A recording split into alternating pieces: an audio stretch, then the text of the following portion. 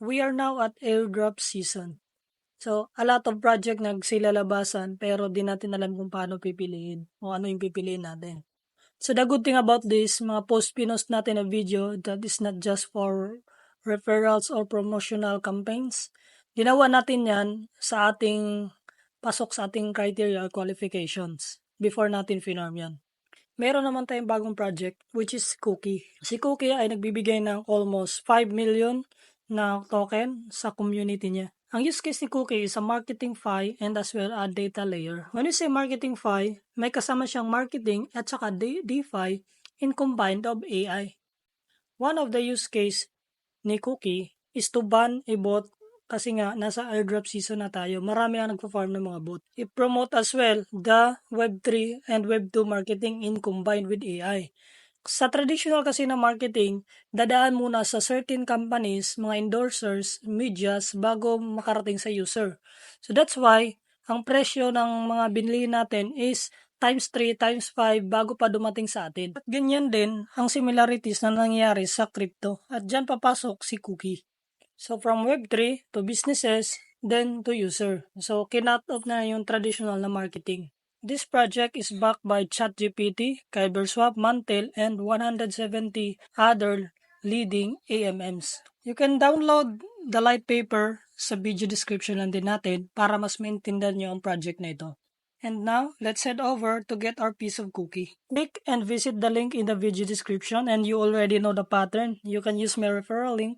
To get started, just connect your crypto-supported wallets. Nakikita nyo yan sa screen natin. Once it's been connected, dadalhin ka yan sa Cookie Bakery. We need to complete the quest to get Cookie airdrop points. Kung hindi nagpa-pop up itong quest na ito, just tap on the right side corner sa upper, yung main menu. Then, check if nakakonect yung wallet ninyo. Tapos, after na makonect ay mag-scroll up lang kayo or scroll down. Then, you can find the Bake a Cookie. Just tap on claim. Then, check eligibility. Take note that this tier is from up 1 to 20. So, marami siyang task. It includes a social task. So, nakikita naman sa screen natin. You must need to connect your wallets, cryptos, and other social medias na required dito.